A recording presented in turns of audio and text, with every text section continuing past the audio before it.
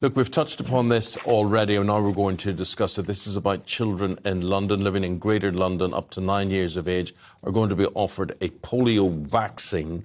The virus was detected in sewage, and the significance of that is what, Isabel? Well, talk to a doctor about it all, but essentially there's the risk of paralysis from polio. But what they're detecting is that it's actually in so one of the people's first systems. symptoms of polio is having a tummy upset, and so they're saying that the fact that they've noticed this in the sewage indicates perhaps now that it's in the population. But look, I'm not the expert. Let's talk to Dr. Andrew Vallance-Owen, former medical director and chief medical officer of BUPA. Am I right in thinking then that this? Good morning to you.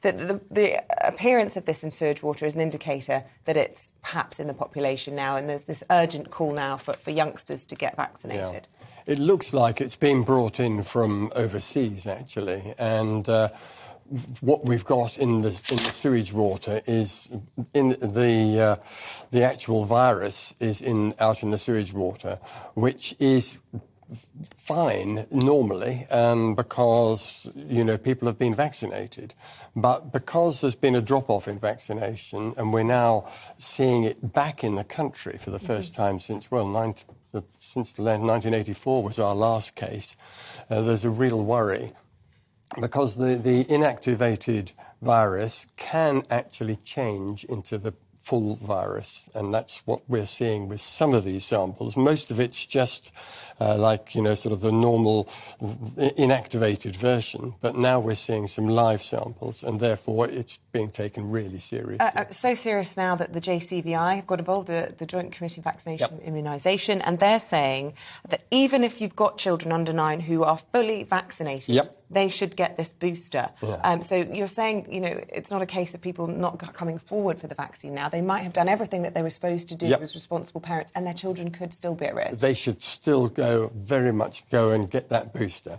And we are under-vaccinated, actually, anyway. But so even if you've had the full set of vaccines, about 5 you're having in your childhood, you should go and get the booster. So if we as a country are doing all we can do, and we've issued these this advice warnings to get this done, should this be a joined-up policy? I mean, should this happen Europe-wide, worldwide? I mean, when you say it's coming into the country, it's coming in from where, do you think, Doctor?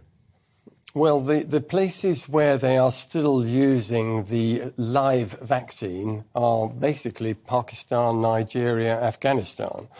They're using that there to vaccinate the kids. We stopped using that back in 1984 because of this danger that you might get the live vaccine into the system. So it looks like it's come from there, and there seems to be sort of areas where it's in the population. Normally, polio, it doesn't cause many problems at all. I mean, it's just like flu. You get headaches, neck stiffness, temperature. Like other things we know, like COVID. And so many things start like that. So people probably haven't realised they've got this benign version. But we're now seeing, as I say, the more serious version, and you can get paralysis. I mean, my mother was one of the last people in 1957 to get polio. Yeah. She was away for 6 months, came back in a wheelchair, and spent the rest of her life disabled. It's a serious illness. But serious illness. But Andrew, you may, like me, remember. I'm sorry to hear about your mum. Yeah. And obviously it's very personal to you then, this whole campaign. But I remember being at school, and I think we got our vaccination on a sugar lump or something like that. But we remember seeing people who were in calipers or wheelchairs or whatever. So in the 60s, it wasn't uncommon to see the side effects of polio.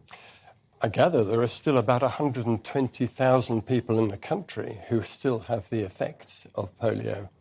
That sugar lump you were talking about was the live vaccine. We were all being given that live vaccine, attenuated or weakened vaccine. It was only when we realised the problems with it that they went back to the injections again to avoid that problem, which has now come in, we think, from outside the country. Right. Now, that's a really important point. So should parents have any concerns about the safety of the vaccine? Not at all. No, this vaccine has been proved effective. This is the one which really was the first one that was discovered back in 1956. It almost eradicated polio around the whole world. The slightly less safe one has been very effective as well, but it has these side effects, and that's why people have pulled off from using. So we're talking about Greater London. You're not necessarily talking about Manchester or Aberdeen or Belfast or whatever you're saying. At the moment, this is a problem in London, and just to parents who would be watching today, what would your message be?